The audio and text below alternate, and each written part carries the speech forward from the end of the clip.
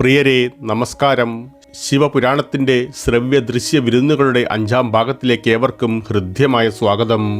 ശിവപുരാണത്തിൻ്റെ 2-ാം അധ്യായമായ രുദ്രസംഹിതയുടെ 60-ാം ഭാഗം മുതൽ 88-ാം ഭാഗം വരെ 5-ാം വീഡിയോയിൽ ഉൾപ്പെടുത്തിയിരിക്കുന്നു. എല്ലാ ദേവന്മാരും ഭഗവാൻ വിഷ്ണുവും ദക്ഷന്റെ യാഗത്തിൽ പങ്കെടുത്തതിൻ്റെയും വീരഭദ്രനാൽ പരാജയപ്പെട്ടതിൻ്റെയും കാരണമിതാണ്. വീരഭദ്രനാൽ പരാജയപ്പെട്ട ദേവന്മാർ ബ്രഹ്മലോകത്ത് പോയി ദക്ഷന്റെ യാഗത്തിന്റെ നാശത്തെക്കുറിച്ചും വീരഭദ്രൻ ദക്ഷന്റെ തല ഛേദിച്ചതിനെക്കുറിച്ചുമെല്ലാം വിവരിച്ചു. പുത്രന്റെ വിയോഗത്തിൽ ബ്രഹ്മാവ് അതീവ ദുഃഖിതനായി. ദക്ഷനെ ജീവിതത്തിലേക്ക് കൊണ്ടുവരുവാനും പൂർത്തിയാകാത്ത യാഗം പൂർത്തീകരിക്കുവാനും അദ്ദേഹം വിഷ്ണുവിൻ്റെ അടുക്കൽ സഹായ അഭ്യർത്ഥനയുമായി മറ്റെല്ലാ ദേവന്മാർക്കുമൊപ്പം പോയി. ദക്ഷൻ ശിവനോട് അനാദരവ് കാണിച്ചത് തെറ്റാണെന്ന് വിഷ്ണു അവരെ ഓർമ്മിപ്പിച്ചു. ദേവന്മാർ ദക്ഷനെ പിന്തുണച്ചതും തെറ്റായിരുന്നു. ശേഷം വിഷ്ണു ബ്രഹ്മാവിനോടും മറ്റു ദേവതകൾക്കുമൊപ്പം കൈലാസ പർവ്വതത്തിലേക്ക് പോയി. അവരെല്ലാം ശിവനെ സ്തുതിക്കുകയും ആരാധിക്കുകയും ചെയ്തു. ദയവായി ദക്ഷനെ ജീവിതത്തിലേക്ക് തിരികെ കൊണ്ടുവരണമെന്നവർ അഭ്യർത്ഥിച്ചു. അവരുടെ ആഗമനത്തിൽ സന്തുഷ്ടനായ ശിവൻ ദക്ഷനെ പുനരുജ്ജീവിപ്പിക്കുവാൻ സമ്മതിക്കുന്നു. അവരെല്ലാം ഒരുമിച്ച് ദക്ഷൻ യാഗം സംഘടിപ്പിച്ച കനകലിലേക്ക് പോയി. വീരഭദ്രനും അവരെ അനുഗമിച്ചു. യാഗസ്ഥലത്തെത്തിയപ്പോൾ ആ ഭാഗത്തിൻ്റെ അന്യായമായ നാശം കണ്ട് ശിവന് ചിരി അടക്കാനായില്ല. എന്തായാലും അദ്ദേഹം ഒരു ആടിൻ്റെ തല ഛേദിച്ച് അഗ്നികുണ്ഡത്തിലേക്ക് എറിഞ്ഞ ദക്ഷന്റെ ശിരസിൻ്റെ ശരീരത്തിൻ്റെ ഉടലിനോട് ചേർത്ത് വെച്ച് അദ്ദേഹത്തെ പുനരുജ്ജീവിപ്പിച്ചു. നാശം മൂലമുണ്ടായ എല്ലാ നഷ്ടങ്ങൾക്കും അദ്ദേഹം പരിഹാരം ചെയ്തു. എല്ലാ ദേവന്മാരും ഭഗവാന്റെ സംയോജിതമായ പ്രവർത്തനത്തിൽ സന്തുഷ്ടരായി അദ്ദേഹത്തെ സ്തുതിച്ചു. ദേവന്മാരുടെ പ്രാർത്ഥനയിലും സ്തുതിക്കലിലും സന്തുഷ്ടനായ ശിവൻ ആടുമുഖനായ ദക്ഷനെ ഉപദേശിക്കുന്നു. ശരിയായ അറിവുള്ള വ്യക്തിയാണ് എല്ലാ മനുഷ്യരിലും വെച്ച് ഏറ്റവും ഉന്നതൻ. അജ്ഞതയിലും അസൂയയിലും ചെയ്യുന്ന ഒരു പ്രവൃത്തിയും ഒരു മനുഷ്യനെ അവൻ്റെ ലോകബന്ധനങ്ങളിൽ നിന്നും മോചിപ്പിക്കില്ല. ശിവന്റെ ഉപദേശം ശിരസ വഹിച്ച് ദക്ഷൻ ശിവനെ സ്തുതിച്ചുകൊണ്ട് വിഘ്നം സംഭവിച്ച സ്വന്തം യാഗം പൂർത്തീകരിച്ചു. കൂടെ ബ്രാഹ്മണർക്ക് ധാരാളം ദാനങ്ങളും നൽകി. എല്ലാവരും സംതൃപ്തരായി അവരവരുടെ വസതികളിലേക്ക് മടങ്ങുന്നു. യാഗാഗ്നിയിൽ ഒടുങ്ങിയ ദക്ഷന്റെ മകളായ സതി ഹിമവന്തൻ അഥവാ പർവ്വതങ്ങളുടെ രാജാവായ ഹിമവാന്റെയും മേനാവതി അല്ലെങ്കിൽ മൈന എന്നും അറിയപ്പെടുന്ന മേനയുടെയും മകളായ ഗൗരിയായി പുനർജനിക്കുന്നു. അവളുടെ അത്യന്തം കഠിനമായ തപസ്സിലൂടെ അവൾ വീണ്ടും ശിവനെ ഭർത്താവായി നേടിയെടുത്തു. മേനയുടെ ജനനത്തെക്കുറിച്ചും അവർ ഹിമവാനെ വിവാഹം കഴിച്ചതിനെക്കുറിച്ചും വെളിച്ചം പകരുവാൻ നാരദൻ ബ്രഹ്മാവിനോട് അഭ്യർത്ഥിക്കുന്നു. ബ്രഹ്മാവ് വിവരിച്ചു. ദക്ഷന്റെ മകളായ സതി ശരീരം ഉപേക്ഷിച്ച് ശിവന്റെ വാസസ്ഥലം നേടി. അടുത്ത ജന്മത്തിൽ അവർ ഹിമവാന്റെയും മേനയുടെയും പുത്രിയായി ജനിച്ച് പാർവതി എന്നറിയപ്പെട്ടു. മുൻ ജന്മത്തിൽ മേന പ്രസൂതി എന്ന നാമത്തിൽ സതിയുടെയും അമ്മയായിക്കൊണ്ട് അവൾക്ക് ഉജ്ജ്വലമായ സേവനം അനുഷ്ഠിച്ചിരുന്നു. അക്കാരണത്താൽ ആ മാതാവ് അനുഗ്രഹീതയായി. വീണ്ടും അവർക്ക് പാർവതിയെ മകളായി ലഭിച്ചു. പാർവതിയുടെ അത്യധികം കഠിനമായ തപസ്സിന്റെ ഫലമായി ശിവനെ ഭർത്താവായി നേടിയെടുത്തു. കഥ വിശദമായി തുടർന്നുകൊണ്ട് ബ്രഹ്മാവ് വിവരിച്ചു. ഒരിക്കൽ പർവ്വതങ്ങളുടെ രാജാവായ ഹിമവാൻ തൻ്റെ വംശാവലി വികസിപ്പിക്കുവാനുള്ള ആഗ്രഹത്തോടെ വിവാഹം കഴിക്കാൻ തീരുമാനിച്ചു. അദ്ദേഹത്തിൻ്റെ ആഗ്രഹങ്ങൾ ഉണർന്ന ദേവന്മാർ പിതൃക്കളുടെ അടുക്കൽ ചെന്ന് അവരുടെ മകളായ മേനയെ വിവാഹം കഴിച്ചു നൽകുവാൻ അഭ്യർത്ഥിക്കുന്നു. പിതൃക്കൾ ഈ നിർദ്ദേശം സ്വീകരിച്ചു. അങ്ങനെ മേന ഹിമവാനെ വിവാഹം കഴിക്കുന്നു. വിവാഹ ചടങ്ങിന് ശേഷം ദേവന്മാർ അവരവരുടെ വാസസ്ഥലത്തേക്ക് മടങ്ങി. ദക്ഷന് 60 പുത്രിമാരുണ്ടായിരുന്നു. അവരിൽ ഒരാളായ സ്വധ പിതൃഗണങ്ങളെ വിവാഹം കഴിച്ചു. കാലക്രമേണ അവർക്ക് മേന, ധന്യ, കലാവതി എന്നീ 3 പെൺമക്കൾ ജനിക്കുന്നു. ഒരിക്കൽ അവർ മൂവരും വിഷ്ണുവിനെ ദർശിക്കാൻ ശ്വേതദ്വീപിലേക്ക് പോയി. അപ്പോൾ സനകൻ, സനാതനൻ തുടങ്ങിയ ഋഷിമാർ അവിടേക്ക് സന്നിഹിതരാകുന്നു. അവിടെ സമ്മേളിച്ച എല്ലാവരും അവരെ കണ്ട് ഭക്തി പുരസ്സരം എഴുന്നേറ്റു. പക്ഷേ മേന, ധന്യ, കലാവതി എന്നിവർക്ക് അവർ ആരാണെന്ന് തിരിച്ചറിയാൻ കഴിയാഞ്ഞതിനാൽ ഇരുന്നിടത്തു നിന്നും അനങ്ങിയില്ല. മാത്രവുമല്ല അവരെ വന്ദിക്കുക പോലും ചെയ്തില്ല. തങ്ങളെ അവഹേളിച്ചതിൽ ക്ഷുഭിതരായ ബ്രഹ്മാവിൻ്റെ മാനസപുത്രന്മാർ കോപാകുലരാവുകയും അവരെ അടുത്ത ജന്മത്തിൽ മനുഷ്യരായി പിറക്കുവാൻ ശപിക്കുകയും ചെയ്തു. അവസ്ഥ ഉണർന്ന മേനയും ധന്യയും കലാവതിയും വളരെ പെട്ടെന്ന് ഭയത്തോടെ മുനിവരന്മാരോട് മാപ്പ് അപേക്ഷിച്ചു. അതിൽ അനുകമ്പ തോന്നിയ സനകൻ മേന അടുത്ത ജന്മത്തിൽ ഹിമവാന്റെ പത്നിയായി പാർവതിക്ക് ജന്മം നൽകുമെന്നും ധന്യ ജനകരാജാവിനെ വിവാഹം കഴിച്ച് സീതയ്ക്ക് മാതാവാകുമെന്നും കലാവതി വൃഷഭനെ വിവാഹം കഴിക്കുമെന്നും രാധ അവർക്ക് ജനിക്കുമെന്നും മൂവരെയും ആശ്വസിപ്പിച്ചു. തന്മൂലം 3 പേരും സ്വർഗരാജ്യം പ്രാപിക്കുമെന്ന് സനകൻ അവരെ അനുഗ്രഹിക്കുന്നു. മേനയുമായുള്ള വിവാഹശേഷം ഹിമവാൻ വളരെക്കാലം സന്തോഷകരമായ ദാമ്പത്യം ആസ്വദിച്ചുവെന്ന് ബ്രഹ്മാവ് നാരദനോട് പറഞ്ഞു. ഒരിക്കൽ ഭഗവാൻ വിഷ്ണു എല്ലാ ദേവതകളെയും കൂട്ടി ഹിമവാന്റെ വസതി സന്ദർശിക്കുന്നു. അദ്ദേഹത്തിന്റെ ആഗമനത്തിൽ ഹിമവാനിൽ അത്യധികം സന്തോഷം. ഭഗവാനെ വന്ദിച്ച ശേഷം അവരുടെ ആഗമനത്തിൻ്റെ ഉദ്ദേശം എന്താണെന്ന് ആരാഞ്ഞു. വളരെ പെട്ടെന്ന് തന്നെ സതിയുടെ പുനർജന്മമായ പാർവതി ജനിക്കാൻ പോകുന്നുവെന്ന് ദേവന്മാർ അവർക്ക് സൂചന നൽകി. അതുകൊണ്ട് തന്നെ ഹിമവാനെ ആ മഹത്തായ അവസരത്തിനായി ഒരുങ്ങിക്കോളൂ ദേവന്മാർ ഓർമ്മപ്പെടുത്തി. ഈ വാർത്തയിൽ ഹിമവാൻ അത്യധികം ആനന്ദത്തിലായി. ദേവന്മാർ ഉമയെ പ്രാർത്ഥിച്ചു. ദേവന്മാരുടെ പ്രാർത്ഥനയിൽ സന്തുഷ്ടയായ ഉമാദേവി അവരുടെ ലോകത്തിലേക്കുള്ള വരവിൽ ദേവതകൾക്ക് ഉറപ്പു നൽകി. എൻ്റെ അവതാരം ഹിമാലയത്തിൽ ഭവിക്കുമെന്നും എൻ്റെ മഹത്തായ തപസ്സിൻ്റെ പുണ്യത്താൽ ഭഗവാൻ ശിവനെ ഭർത്താവായി ലഭിക്കുമെന്നും അവർ വെളിപ്പെടുത്തി. കഴിഞ്ഞ ജന്മത്തിൽ അമ്മ എന്ന നിലയിൽ പ്രസൂതി ചെയ്ത സേവനത്തിൽ ഞാൻ തൃപ്തയാണെന്നും അവർ ദേവന്മാരോട് പറയുന്നു. ദേവിയിൽ നിന്ന് ലഭിച്ച ഉറപ്പിൻ്റെ അടിസ്ഥാനത്തിൽ സംതൃപ്തരായ ദേവന്മാർ മടങ്ങി. ഹിമവാനും മേനയും ഉമയെ മകളായി ജനിക്കുക എന്ന ലക്ഷ്യത്തോടെയാണ് തപസ് തുടങ്ങിയത്. മേന 27 വർഷം നീണ്ട ഒരു ദീർഘമായ തപസ് ചെയ്തു. മേനയുടെ തപസ്സിൽ സന്തുഷ്ടയായ ഉമാദേവി അവരുടെ മുൻപിൽ പ്രത്യക്ഷപ്പെട്ടുകൊണ്ട് അവൾ ആഗ്രഹിക്കുന്നതെന്തും ചോദിക്കുവാൻ ആവശ്യപ്പെട്ടു. 3 ലോകത്തിലുമുള്ള ആളുകൾ ആരാധിക്കുന്ന 100 വീരപുത്രന്മാരെയും ഒരു പുത്രിയെയും ലഭിക്കണമെന്ന് മേന സ്വന്തം ആഗ്രഹം പ്രകടിപ്പിക്കുന്നു. ദേവി ഉമ മേനയെ തഥാസ്തു എന്ന് പറഞ്ഞ് അനുഗ്രഹിച്ചു. മേന ഈ സംഭവം തൻ്റെ ഭർത്താവായ ഹിമവാനോട് വിവരിക്കുന്നു. അദ്ദേഹം അതിൽ അത്യധികം സന്തുഷ്ടനായി. കാലക്രമേണ മേനയ്ക്ക് 100 പുത്രന്മാർ ജനിച്ചു. അവരിൽ ഒരാൾ ഉന്നത കഴിവുകൾക്ക് പേരുകേട്ട മൈനാകനായിരുന്നു. ചില കാരണങ്ങളാൽ ഇന്ദ്രൻ മൈനാകന്റെ 99 സഹോദരന്മാരുടെ ശിഖരങ്ങൾ അരിഞ്ഞുമാറ്റി. എന്നാൽ സമുദ്രത്തിൽ അഭയം പ്രാപിച്ചതിനാൽ ഇന്ദ്രന്റെ വജ്രത്തിന്റെ ആക്രമണത്തിൽ നിന്ന് മൈനാകന് അതിജീവിക്കാൻ കഴിഞ്ഞു. ഹിമവാനും മേനയും രാവും പകലുമെന്നില്ലാതെ ശിവന്റെയും ശക്തിയുടെയും ആരാധനയിൽ മുഴുകി. കുറച്ച് ദിവസങ്ങൾക്ക് ശേഷം മേനയുടെ പുത്രിയായി പാർവതി സ്വയം പ്രത്യക്ഷപ്പെട്ടു. അവളുടെ ജനനാനന്തരം ഹിമാലയത്തിൻ്റെ മുഴുവൻ പർവ്വത പ്രദേശങ്ങളും അവളുടെ തേജസ്സിനാൽ പ്രകാശിതമായി. പാർവതി ക്രമേണ വളരുവാൻ തുടങ്ങി. ഗിരിജ, ഉമ, ജഗദാംബ തുടങ്ങിയ പേരുകളിലാണ് അവൾ അറിയപ്പെട്ടത്. ഒരു അവതാരത്തിൻ്റെ മാതാപിതാക്കളായ തങ്ങളുടെ വിധിയെക്കുറിച്ച് ഹിമവാനും മേനയും അഭിമാനിച്ചു. ഉമയുടെ ബാല്യകാല നാടകങ്ങൾ കാണുവാനിടയായ അവരുടെ ഹൃദയത്തിൻ്റെ ആനന്ദത്തിന് അതിരുകളില്ലായിരുന്നു. ഒരു ദിവസം നാരദ മഹർഷി ഹിമാലയത്തിലെത്തി. പാർവതിയുടെ ഭാവിയെക്കുറിച്ച് അറിയാൻ ജിജ്ഞാസയോടെ അവളുടെ കൈരേഖ പരിശോധിച്ച് പറയുവാൻ ഹിമവാൻ അദ്ദേഹത്തോട് ആവശ്യപ്പെടുന്നു. കൈപ്പത്തിയിലെ രേഖകൾ പഠിച്ച ശേഷം 3 ഗുണങ്ങൾക്കും അപ്രാപ്യമായ ഒരു സത്തയുടെ പത്നിയാകുവാൻ വിധിക്കപ്പെട്ടവളാണ് പാർവതിയെന്ന് നാരദൻ പ്രവചിച്ചു. അവളുടെ ഭർത്താവ് ഒരു ന്യൂനതയുമില്ലാത്തവനും സ്വയംഭൂവനായ രുദ്രനുമായിരിക്കുമെന്നും അദ്ദേഹം അവരോട് വെളിപ്പെടുത്തി. രുദ്രനെ ഭർത്താവായി ലഭിക്കാൻ പാർവതി വലിയ ആചാരങ്ങളും തപസ്സും അനുഷ്ഠിക്കണമെന്ന് നാരദൻ ഹിമവാനെ അറിയിച്ചു. അനന്തരം നാരദൻ യാത്രയായി. ഉമ വിവാഹപ്രായമെത്തിയപ്പോൾ മേന ഭർത്താവിനോട് അവൾക്ക് അനുയോജ്യനായ ഒരു വരനെ കണ്ടെത്തുവാൻ അഭ്യർത്ഥിക്കുന്നു. നാരദന്റെ വാക്കുകൾ ഒരിക്കലും പാഴാകില്ലെന്നും അതിനാൽ രുദ്രനെ ഭർത്താവായി ലഭിക്കുവാൻ ഉമയോട് തപസ് ചെയ്യാൻ ആവശ്യപ്പെടണമെന്നും ഹിമവാൻ മേനയോട് പറയുന്നു. എന്നാൽ മേന സ്വന്തം ആർദ്രയായ മകളായ പാർവതിയെ തപസ് പോലുള്ള കഠിനാധ്വാനങ്ങൾക്ക് നിർബന്ധിക്കുന്നതിൽ വിമുഖത കാണിച്ചു. തുടർന്ന് പാർവതി അവൾ കണ്ട ഒരു സ്വപ്നത്തെക്കുറിച്ച് മാതാവിനോട് പറഞ്ഞു. രുദ്രനെ ഭർത്താവായി ലഭിക്കുവാൻ വേണ്ടി തപസ് ചെയ്യുവാൻ ഒരു ബ്രാഹ്മണൻ നിർദ്ദേശിക്കുന്നത് ഞാൻ സ്വപ്നം കണ്ടതായി പാർവതി വെളിപ്പെടുത്തി. മേന ഭർത്താവിനോട് പാർവതിയുടെ സ്വപ്നത്തെക്കുറിച്ച് പറഞ്ഞു.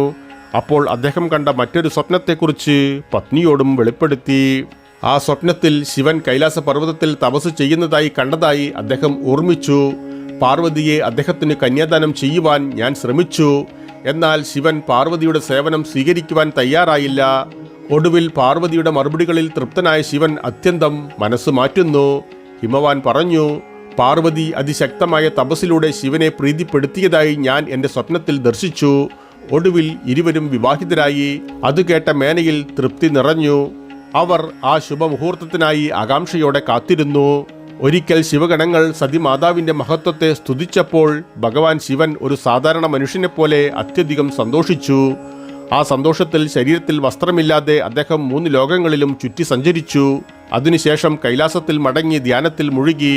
അദ്ദേഹം സമാധിയിൽ മുഴുകിയിരിക്കുമ്പോൾ നെറ്റിയിൽ നിന്ന് 3 തുള്ളി വിയർപ്പ് ഭൂമിയിലേക്ക് വീണു.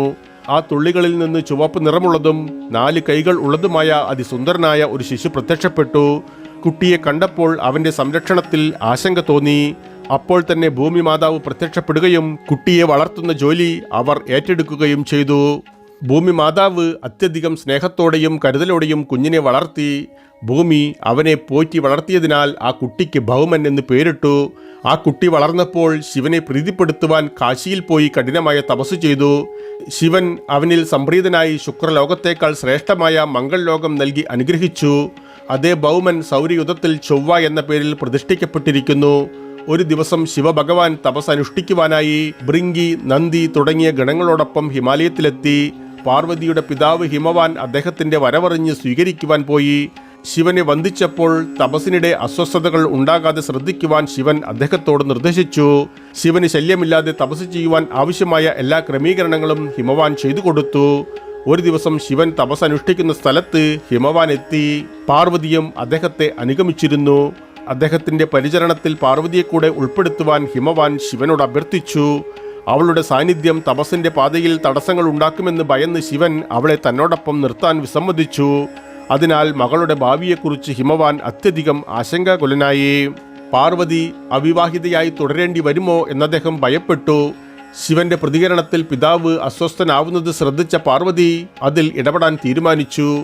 അവൾ ശിവനോട് പറഞ്ഞു, ഞാൻ സ്ത്രീ അഥവാ പ്രകൃതിയാണ്, നിങ്ങൾ പുരുഷൻ അഥവാ സർവശക്തനാണ്. ഞാൻ കാരണമാണ് നിങ്ങൾ സഗുണ രൂപത്തിൽ, അതായത് രൂപത്തോടുകൂടി നിലനിൽക്കുന്നത്.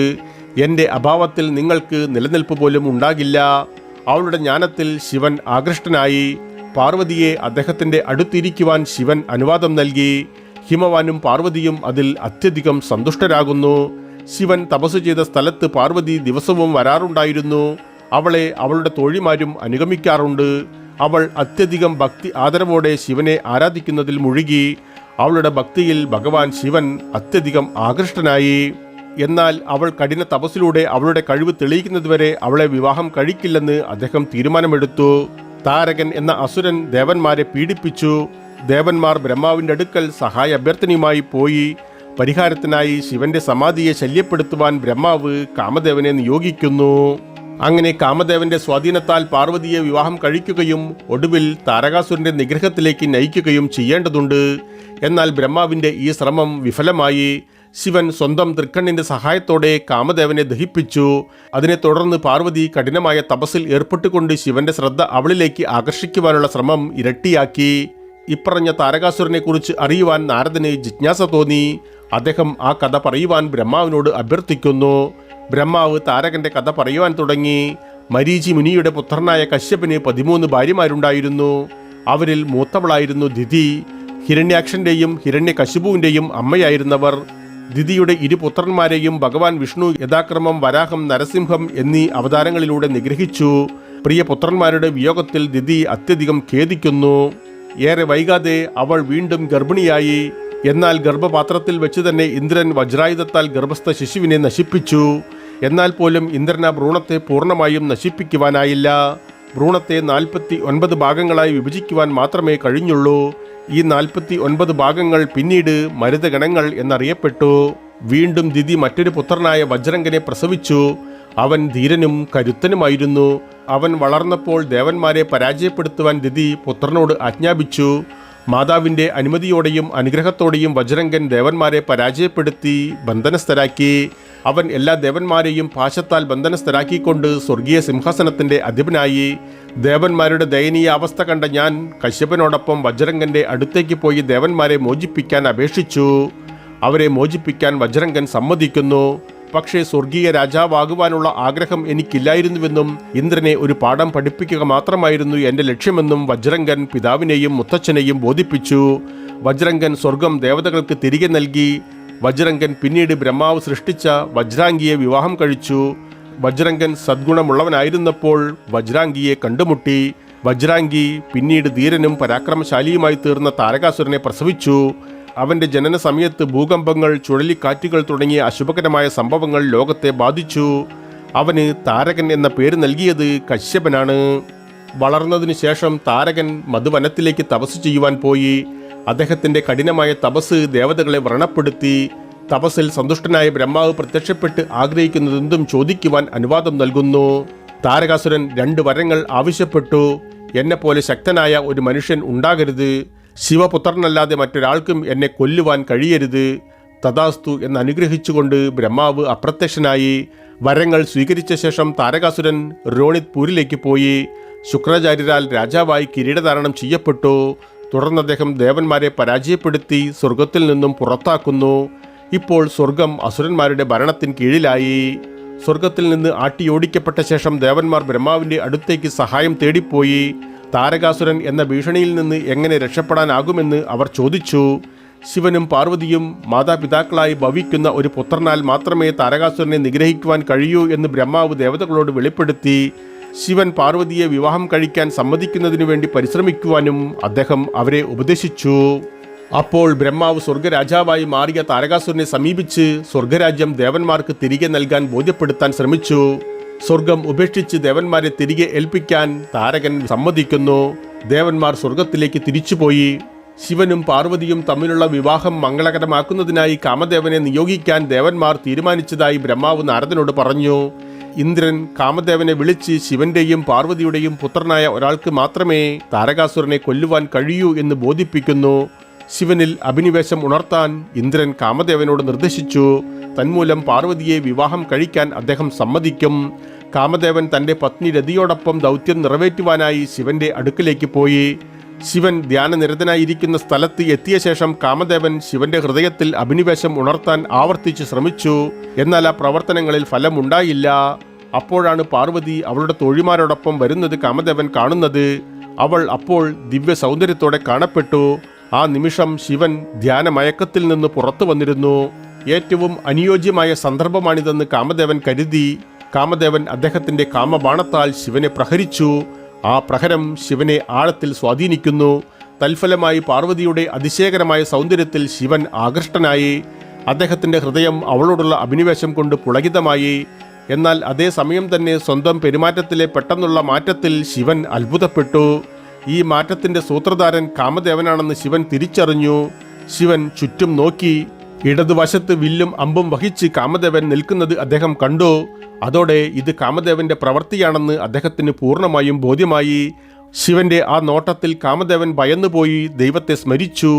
എന്നാൽ ദേവന്മാർക്ക് പോലും കാമനെ രക്ഷിക്കാൻ കഴിയും മുൻപ് ശിവന്റെ തൃക്കൺ തുറക്കപ്പെട്ടു. ആ കോപാഗ്നിയിൽ കാമദേവൻ വെന്തു വെണ്ണീറായി. ശിവൻ ഇത്രയധികം കോപത്തോടെ വിനാശത്തിലേക്ക് വഴുതി വീഴുന്നത് കണ്ട് പാർവതിക്ക് മുറിവേറ്റു. അവൾ തൻ്റെ തോഴിമാരോടൊപ്പം സ്വവസതിയിലേക്ക് മടങ്ങി. കാമദേവന്റെ വിയോഗത്തിൽ പത്നിയായ രതി അസഹ്യമായി വിലപിച്ചു. ദേവന്മാർ എത്തി ശിവന്റെ അനുഗ്രഹത്താൽ അവളുടെ ഭർത്താവ് വീണ്ടും പുനർജനിക്കുമെന്ന് അവളെ ആശ്വസിപ്പിക്കുന്നു. അതിനുശേഷം ദേവന്മാർ ശിവനെ സമീപിച്ച് ആരാധന നടത്തി. കാമദേവന്റെ തെറ്റല്ലെന്നും ദേവന്മാരുടെ അഭിലാഷങ്ങൾക്കനുസൃതമായി അദ്ദേഹം പ്രവർത്തിക്കുക മാത്രമാണ് ചെയ്തതെന്നും അവർ ശിവനെ ബോധിപ്പിച്ചു. താരകാസുരന്റെ മരണത്തിന്റെ രഹസ്യവും അവർ അദ്ദേഹത്തോട് പറഞ്ഞു. കാമദേവനെ പുനരുജ്ജീവിപ്പിക്കുവാൻ ദേവന്മാർ അഭ്യർത്ഥിച്ചു. അപ്പോൾ ദ്വാപരയുഗത്തിൽ മഹാവിഷ്ണുവിന്റെ അവതാരമായ ശ്രീകൃഷ്ണന്റെയും രുക്മിണിയുടെയും പുത്രനായി കാമദേവൻ ജനിക്കുമെന്ന് ശിവൻ ദേവന്മാരോട് പറയുന്നു. ശംബരൻ എന്ന അസുരൻ അവനെ കടലിൽ എറിഞ്ഞു കളയുകയും ആ അസുരനെ നിഗ്രഹിച്ച് രതിയെ വിവാഹം കഴിക്കുകയും ചെയ്യും. രതിയും കടലിനടുത്തുള്ള ഒരു നഗരത്തിൽ താമസിക്കും. എന്നാൽ അതിൽ ദേവന്മാർ തൃപ്തരായില്ല. രതിയെ അവളുടെ ഭർത്താവുമായി ഒന്നിപ്പിക്കാൻ സഹായിക്കണമെന്ന് അവർ ശിവനോട് വീണ്ടും അഭ്യർത്ഥിച്ചു. കാമദേവൻ എൻ്റെ ഒരു ഗണമായി മാറുമെന്ന് ശിവൻ അവരെ ബോധിപ്പിക്കുന്നു. എന്നാൽ ഈ വസ്തുത ആരോടും വെളിപ്പെടുത്തരുതെന്ന് അദ്ദേഹം അവർക്ക് മുന്നറിയിപ്പ് നൽകി. തുടർന്ന് രതി ദ്വാപരയുഗത്തിൽ ശംബരൻ എന്ന അസുരൻ പ്രത്യക്ഷപ്പെടുമെന്ന് പ്രതീക്ഷിക്കപ്പെട്ട നഗരത്തിലേക്ക് പോയി. ദേവന്മാരും സ്വർഗത്തിലേക്ക് തിരിച്ചു പോകുന്നു. കാമദേവന്റെ വിയോഗത്തിന് ശേഷവും ശിവന്റെ കോപം ശമിച്ചില്ല. ലോകം മുഴുവൻ അതിൻ്റെ പരിണത ഫലങ്ങൾ അനുഭവിക്കുവാൻ തുടങ്ങി. അതിൽ എല്ലാ ജീവജാലങ്ങളും ഭയന്ന് വിറച്ചു. അവർ ബ്രഹ്മാവിൻ്റെ അടുത്തെത്തി ശിവന്റെ കോപത്തിൽ നിന്ന് രക്ഷിക്കാൻ പ്രാർത്ഥിക്കുന്നു. ബ്രഹ്മാവ് ശിവനെ സമീപിച്ച് അവരുടെ അപേക്ഷ അറിയിച്ചു. അതിനാൽ ശിവൻ സ്വന്തം കോപം ഉപേക്ഷിക്കാൻ സമ്മതിക്കുന്നു. ബ്രഹ്മാവ് ശിവന്റെ കോപം വഹിച്ചുകൊണ്ട് കടലിലേക്ക് പോവുകയും അവിടെ അത് നിക്ഷേപിക്കുകയും ചെയ്തു. അന്തിമ ഉന്മൂലന കാലഘട്ടം വരെ അത് കൈവശം വയ്ക്കുവാൻ കടലിനോട് ബ്രഹ്മാവ് അഭ്യർത്ഥിച്ചു. കടൽ ആ അഭ്യർത്ഥന സാഗൂതം സ്വീകരിക്കുന്നു. അങ്ങനെ ശിവന്റെ കോപം കടലിലേക്ക് പ്രവേശിച്ചു. അതോടെ എല്ലാ ജീവജാലങ്ങൾക്കും ആശ്വാസം അനുഭവപ്പെടുന്നു. പാർവതി സ്വഭവനത്തിലെത്തിയപ്പോൾ ശിവന്റെ വേർപാടിന്റെ ദുഃഖം താങ്ങുവാനാവാതെ അവൾ അത്യധികം ദുഃഖിതയായി. നാരദമുനി അവിടെയെത്തി അവളുടെ പിതാവായ ഹിമവാനോട് മുഴുവൻ കഥയും വെളിപ്പെടുത്തുന്നു. തുടർന്ന് നാരദമുനി ഓം നമഃശിവായ എന്ന 5 അക്ഷര മന്ത്രം അവൾക്ക് പകർന്നു നൽകിക്കൊണ്ട് തപസ് അനുഷ്ഠിക്കുവാൻ ഉപദേശിച്ചു. പാർവതിയുടെ ഹൃദയം പുതിയ ആവേശത്താൽ നിറഞ്ഞു. മാതാപിതാക്കളുടെ അനുവാദം വാങ്ങി തൻ്റെ എല്ലാ ആഭരണങ്ങളും രാജകീയ വസ്ത്രങ്ങളും ഉപേക്ഷിച്ച് പാർവതി ശിവൻ സ്വയം തപസ് ചെയ്തിരുന്ന അതേ സ്ഥലത്തേക്ക് പോയി. പുണ്യഗംഗ ഉത്ഭവിച്ച ഹിമാലയത്തിലാണ് ഈ പുണ്യസ്ഥലം സ്ഥിതി ചെയ്യുന്നത്. പാർവതിയുടെ സഹചാരികളും അവൾക്കൊപ്പം ഉണ്ടായിരുന്നു. പാർവതി തപസ് ആരംഭിക്കുകയും അത് ദിനംപ്രതി അത്യധികം കഠിനമാവുകയും ചെയ്തു. ഓം നമശിവായ എന്ന പഞ്ചാക്ഷര മന്ത്രം ജപിച്ചും മറ്റു തരത്തിലുള്ള ആചാരാനുഷ്ഠാനങ്ങൾ അനുഷ്ഠിച്ചും അവൾ 3000 വർഷം തപസ് ചെയ്തു. ആ മഹത്തായ തപസ്സിൽ ആകൃഷ്ടരായി ദേവന്മാർ പോലും അവളെ ദർശിക്കാൻ ഒഴുകിയെത്തി. വേനൽക്കാലത്ത് എല്ലാ വശങ്ങളാലും അഗ്നിയാൽ ചുറ്റപ്പെട്ട് പാർവതി തപസ് ചെയ്തു. മഴക്കാലത്ത് യാതൊരു അഭയവുമില്ലാതെ അവൾ തപസ് ചെയ്തു. ശൈത്യകാലത്ത് കഴുത്തറ്റം വെള്ളത്തിൽ മുങ്ങിക്കൊണ്ടവൾ തപസ് അനുഷ്ഠിച്ചു. പാർവതിയുടെ ശക്തി അന്തരീക്ഷത്തിൽ അത്രയധികം ചൂട് സൃഷ്ടിച്ചതിനാൽ ലോകം മുഴുവൻ കത്തിത്തുടങ്ങി.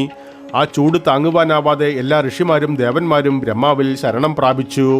പാർവതിയുടെ തപസ് 3 ലോകങ്ങളിലും ഉണ്ടാകുന്ന വിനാശകരമായ അവസ്ഥയെക്കുറിച്ച് അവർ പറഞ്ഞു. ബ്രഹ്മാവ് അവരെയെല്ലാം കൂട്ടി വിഷ്ണുവിൻ്റെ അടുത്തേക്ക് പോയി. പാർവതി തപസ് ചെയ്യുന്ന സ്ഥലം അവർ സംയുക്തരായി സന്ദർശിച്ചു. ഭഗവാൻ ശിവൻ മാത്രമാണതിന് ഏക പരിഹാരമെന്നവർ മനസ്സിലാക്കി. അതിനാൽ ഏവരും ശിവന്റെ അടുക്കിലേക്ക് പോയി അദ്ദേഹത്തെ നമസ്കാരം ചെയ്തു. അവരുടെ ആഗമനത്തിന്റെ ഉദ്ദേശത്തെക്കുറിച്ച് ശിവൻ ആരാഞ്ഞു. താരകൻ എന്ന അസുരന്റെ പ്രവർത്തനങ്ങളാൽ ദേവന്മാർ എത്രമാത്രം ദുഃഖിതരും പീഡിതരുമാണെന്ന് വിഷ്ണു ഭഗവാൻ അദ്ദേഹത്തോട് വെളിപ്പെടുത്തി. ശിവന്റെയും പാർവതിയുടെയും പിതൃമാതൃത്വത്തിൽ ജനിക്കുന്ന ഒരു വ്യക്തിയാൽ മാത്രമേ അവനെ നിഗ്രഹിക്കുവാനാകൂ എന്നും വിഷ്ണു വെളിപ്പെടുത്തുന്നു. തുടർന്ന് വിഷ്ണു ഭഗവാൻ പാർവതിയുടെ കഠിനമായ തപസ്സിനെക്കുറിച്ചും ശിവനോട് പറഞ്ഞു. തുടക്കത്തിൽ ഭഗവാൻ അവരുടെ അപേക്ഷ നിരസിച്ചു. എന്നാൽ ദേവന്മാർ അവരുടെ നിർബന്ധം തുടർന്നപ്പോൾ ഒടുവിൽ അദ്ദേഹം സമ്മതമേകി. അതിനാൽ ദേവന്മാർ അത്യധികം സന്തുഷ്ടരാകുന്നു. ദേവതകൾ തിരിച്ചു പോയതിനു ശേഷം ശിവൻ വസിഷ്ഠൻ ഉൾപ്പെടുന്ന സപ്തഋഷികളെ വിളിച്ചു വരുത്തി പാർവതിക്ക് എന്നോടുള്ള സ്നേഹം പരീക്ഷിക്കാൻ നിർദ്ദേശിച്ചു. സപ്തഋഷികൾ പാർവതിയുടെ അടുക്കൽ ചെന്ന് ശിവനെ വിവാഹം കഴിക്കുവാനുള്ള അവളുടെ ദൃഢനിശ്ചയത്തെ പരീക്ഷിച്ചു. അവളെ അവളുടെ ഉദ്യമത്തിൽ നിന്ന് പിന്തിരിപ്പിക്കാൻ എല്ലാവിധത്തിലും അവർ ശ്രമിച്ചു. എന്നാൽ പാർവതി സ്വന്തം ദൃഢനിശ്ചയത്തിൽ ഉറച്ചു നിന്നു. സപ്തഋഷികൾ ശിവന്റെ അടുക്കൽ തിരിച്ചെത്തി നടന്നതെല്ലാം വിവരിച്ചു. പിന്നീട് ശിവൻ സ്വയം ഒരു ബ്രാഹ്മണന്റെ വേഷത്തിൽ പാർവതിയുടെ അടുത്തേക്ക് പോയി. ആ ബ്രാഹ്മണ അതിഥിയെ കണ്ട പാർവതി അവരെ പൂർണ്ണ ബഹുമാനത്തോടെ സ്വീകരിച്ചു. എന്തിനു വേണ്ടിയാണ് ഈ തപസ് അനുഷ്ഠിക്കുന്നതെന്ന് ശിവബ്രാഹ്മണൻ ചോദിച്ചു. ശിവനെ ഭർത്താവായി ലഭിക്കുവാൻ വേണ്ടിയാണെന്നവൾ മറുപടി നൽകി. ബ്രാഹ്മണ വേഷത്തിലെത്തിയ ശിവനെ ശപിച്ചുകൊണ്ട് പാർവതി എങ്ങനെ പ്രതികരിക്കുമെന്ന് അറിയുവാൻ ശ്രമിച്ചു. തപസ് ചെയ്തിട്ടും ശിവൻ എൻ്റെ മുൻപിൽ പ്രത്യക്ഷപ്പെട്ടില്ലെങ്കിൽ എരിയുന്ന ചിതയിൽ ചാടി ജീവൻ ത്യജിക്കാൻ തീരുമാനിച്ചിട്ടുണ്ടെന്ന് പാർവതി മറുപടി നൽകി. അത്രയും പറഞ്ഞതിനു ശേഷം ബ്രാഹ്മണനോട് തിരികെ പോകുവാൻ അപേക്ഷിച്ചു.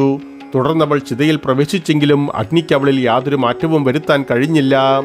അവളുടെ ദൃഢനിശ്ചയവും ഭക്തിയും ഉണർന്ന ശിവൻ അത്യധികം സന്തുഷ്ടനായി. ഇത്രയും വലിയ തപസ് ചെയ്തതിൻ്റെ പിന്നിലെ ഉദ്ദേശം എന്തെന്ന് അദ്ദേഹം വീണ്ടും അവളോട് ചോദിച്ചു. പാർവതി ആ ബ്രാഹ്മണനോട് പറഞ്ഞു, എന്ത് വില കൊടുത്തും ശിവനെ എൻ്റെ ഭർത്താവായി ലഭിക്കുവാൻ ആഗ്രഹിക്കുന്നു. ശിവന്റെ കൈവശം യാതൊന്നും ഇല്ലെന്ന് നിങ്ങൾ തന്നെ പറയുന്നു. സമ്പത്ത് പോലുമില്ല. അദ്ദേഹം ശരീരത്തിൽ വസ്ത്രം ധരിക്കുന്നില്ല. എൻ്റെ വരനാകുവാനുള്ള യോഗ്യത അദ്ദേഹത്തിന് ഇല്ലെന്നും നിങ്ങൾ പറയുന്നു. അതുകൊണ്ട് തന്നെ നിങ്ങളുടെ എല്ലാ വാക്കുകളും നിങ്ങളുടെ നികൃഷ്ട ബുദ്ധിയെ തെളിയിക്കുന്നു. പാർവതി സ്വന്തം പ്രസ്താവനകൾ തുടർന്നു. 3 ലോകങ്ങളിലെയും ഏറ്റവും കഴിവുറ്റ ദേവനാണ് ശിവൻ. അദ്ദേഹത്തെ കുറ്റപ്പെടുത്തുന്നതിനേക്കാൾ വലിയ പാപമില്ല. പാർവതി സ്വന്തം തോഴിമാരിൽ ഒരാളോട് എന്തോ പറയുവാൻ തുടങ്ങുന്നതായി ബ്രാഹ്മണ വേഷധാരിയായ ശിവൻ കണ്ടു. ഈ കുറ്റവാളിയെ നിഗ്രഹിക്കണം. അതിന് നമുക്ക് കഴിയാത്തതിനാൽ നമ്മൾ ഈ സ്ഥലം ഉപേക്ഷിക്കണം. അവർ ആ സ്ഥലം വിടാൻ ഒരുങ്ങിയതോടെ ശിവൻ യഥാർത്ഥ വ്യക്തിത്വം വെളിപ്പെടുത്തി. അവളുടെ കരം ഗ്രഹിച്ചുകൊണ്ട് അദ്ദേഹം മൊഴിഞ്ഞു, നീ പണ്ട് മുതൽക്കേ എൻ്റെ പത്നിയാണ്. നീ എവിടേക്കാണ് പോകുന്നത്? പാർവതിക്ക് ആ നിമിഷത്തിലെ ആഹ്ലാദം അടക്കുവാൻ കഴിഞ്ഞില്ല. അവളുടെ ഹൃദയം അതിയായ സന്തോഷത്താൽ നിറഞ്ഞു. വിവാഹത്തെക്കുറിച്ച് എൻ്റെ പിതാവിനോട് അഭ്യർത്ഥിക്കുവാൻ അവൾ അപേക്ഷിച്ചു. ശിവൻ സമ്മതിക്കുന്നു. അദ്ദേഹം വാക്കു നൽകിക്കൊണ്ട് കൈലാസ പർവ്വതത്തിലേക്ക് തിരിച്ചുപോയി. സ്വന്തം ഗണങ്ങളായ നന്ദി, ഭൈരവൻ തുടങ്ങിയവരോട് നടന്നതെല്ലാം പറഞ്ഞ് സന്തോഷം പങ്കുവച്ചു. എല്ലാവർക്കും അതിൽ അതിയായ സന്തോഷം. ശിവൻ പാർവതിയെ വിവാഹം കഴിക്കുന്ന നാളിനായി ആകാംക്ഷയോടവർ കാത്തിരുന്നു. പ്രിയരെ, ശിവപുരാണത്തിൻ്റെ 5ാം വീഡിയോ ഇവിടെ നിർത്തട്ടെ. അടുത്ത ഭാഗത്തിൽ വീണ്ടും കണ്ടുമുട്ടാം. ഇപ്പോൾ നന്ദി, നമസ്കാരം.